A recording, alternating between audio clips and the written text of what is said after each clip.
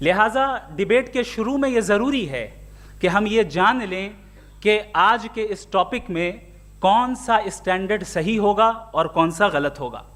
سب سے پہلا اسٹینڈرڈ جسے میں سمجھتا ہوں کہ ہمارے رسپیکٹڈ جناب جاوید اختر صاحب بڑی تیزی کے ساتھ اس کی طرف لپکیں گے، وہ ہے سائنس۔ جبکہ سائنس در حقیقت خدا کے ایگزسٹنس کو ڈائریکٹلی ثابت کرنے یا اس کے ایگزسٹنس کو ڈینائی کرنے کے لیے اسٹینڈرڈ نہیں بن سکتی۔ اور اس کی وجہ کیا ہے؟ یہ میں نہیں کہہ رہا، یہ وہ لوگ کہہ رہے ہیں جو سائنس کے ایکسپرٹس ہیں۔ نیشنل اکیڈمی آف سائنس کہتی ہے science doesn't have the processes to prove or disprove the existence of God. Why? کیونکہ سائنس کا تعلق ایمپیریکل ایویڈنس سے ہے، اور ایمپیریکل ایویڈنسز کا تعلق ہمارے نیچرل اور فزیکل ورلڈ سے ہے، جبکہ گاڈ نان فزیکل اور سپر نیچرل ریالٹی ہے۔ لہٰذا نان فزیکل ریالٹی کو آپ اس ٹول کے ساتھ نہیں چیک کر سکتے جس کا کام فزیکل ریالٹی کو تلاش کرنا ہے۔ لہٰذا آج اس ڈیبیٹ میں گاڈ کی ایگزسٹنس کو ثابت کرنے یا اسے ڈینائی کرنے میں سائنٹیفک ایویڈنس کو ایکسیپٹ نہیں کیا جائے گا۔ دوسرا اسٹینڈرڈ ہو سکتا ہے ریویلیشن، کہ ریویلیشن کے ذریعے ہم یہ ثابت کریں کہ گاڈ ایگزسٹ کرتا ہے یا نہیں۔ لیکن یہ اسٹینڈرڈ بھی آج ارریلیونٹ ہے۔ کیوں؟ کیونکہ ریویلیشن میرے نزدیک سورس آف نالج ہے، ویلڈ سورس آف نالج ہے، لیکن ہمارے جاوید اختر صاحب کے نزدیک یہ ویلڈ سورس آف نالج نہیں ہے۔ لہٰذا آج کی ڈیبیٹ میں ایک بھی ایویڈنس کسی بھی مذہبی اسکرپچر سے نہیں دوں گا تاکہ جاوید اختر صاحب کے لیے وہ ان ایکسیپٹیبل نہ ہو۔ تیسرا جو معیار ہو سکتا ہے وہ ہے آبزرویشن، کہ بھائی کوئی کہے کہ ہمیں خدا دکھاؤ، اگر ہے تو دکھاؤ، یا یہ کہ خدا کے ایگزسٹنس پر ایمپیریکل ایویڈنس دو، تو یہ ہے در حقیقت غلط ٹول کا استعمال کرنا۔ یہ ایسا ہی ہے کہ جاوید صاحب مجھ سے یہ مطالبہ کریں کہ مفتی صاحب آپ میٹل ڈیٹیکٹر کے ذریعے پلاسٹک ڈیٹیکٹ کر کے دکھائیں۔ اب چونکہ پلاسٹک ڈیٹیکٹ نہیں ہو پا رہی ہے لہٰذا plastic does not exist. No, you are using the wrong tool. اس ٹول سے پلاسٹک کو ڈیٹیکٹ نہیں کیا جاتا۔ لہٰذا میں سمجھتا ہوں کہ گاڈ کے ایگزسٹنس پر ایمپیریکل ایویڈنس کا مطالبہ کرنا ایک بچکانہ مطالبہ ہے، اور ہمارے رسپیکٹڈ جناب جاوید اختر صاحب اس اسٹیج سے اب بہت آگے نکل چکے ہیں۔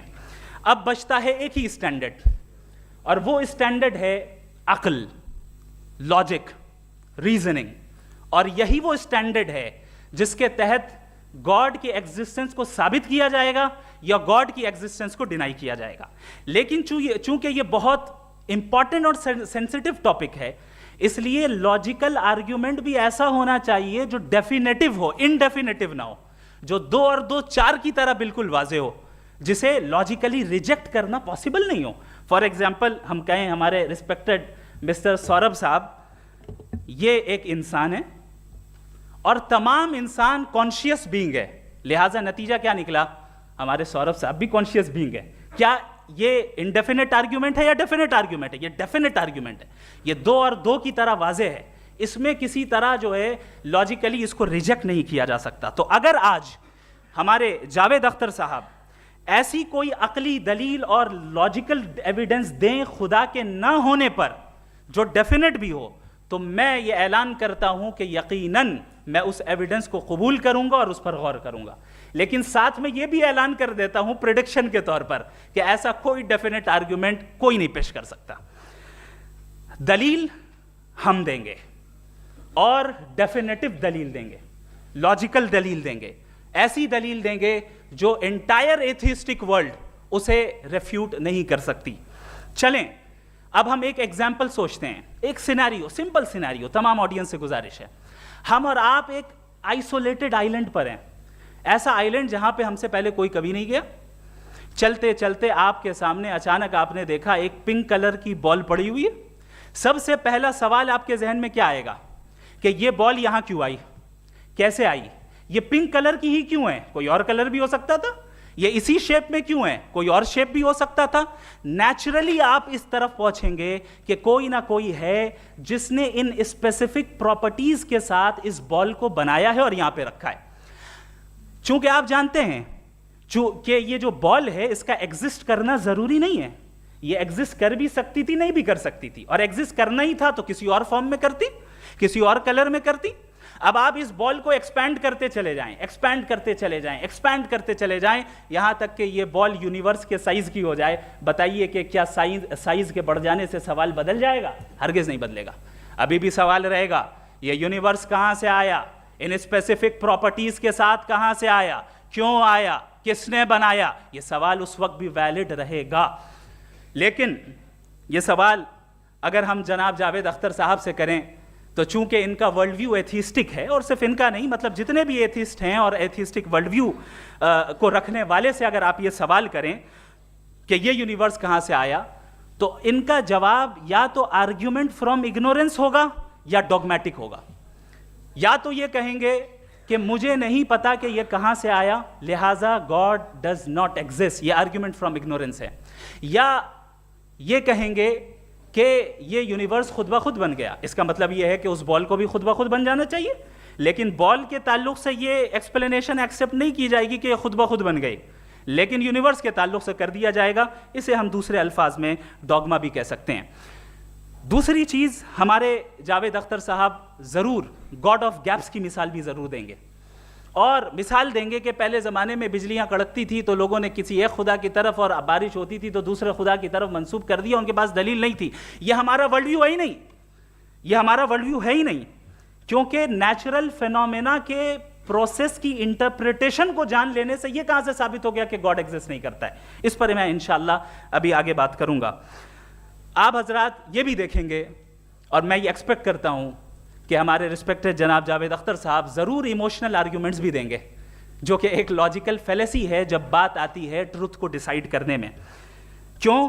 مثال کے طور پر وہ کہیں گے کہ اگر گاڈ ہے تو ایول کیوں ایگزسٹ کرتا ہے, جبکہ میں کہتا ہوں ایول کا ایگزسٹ کرنا گاڈ کے ایگزسٹ کرنے کی دلیل ہے, اس کے خلاف نہیں ہے.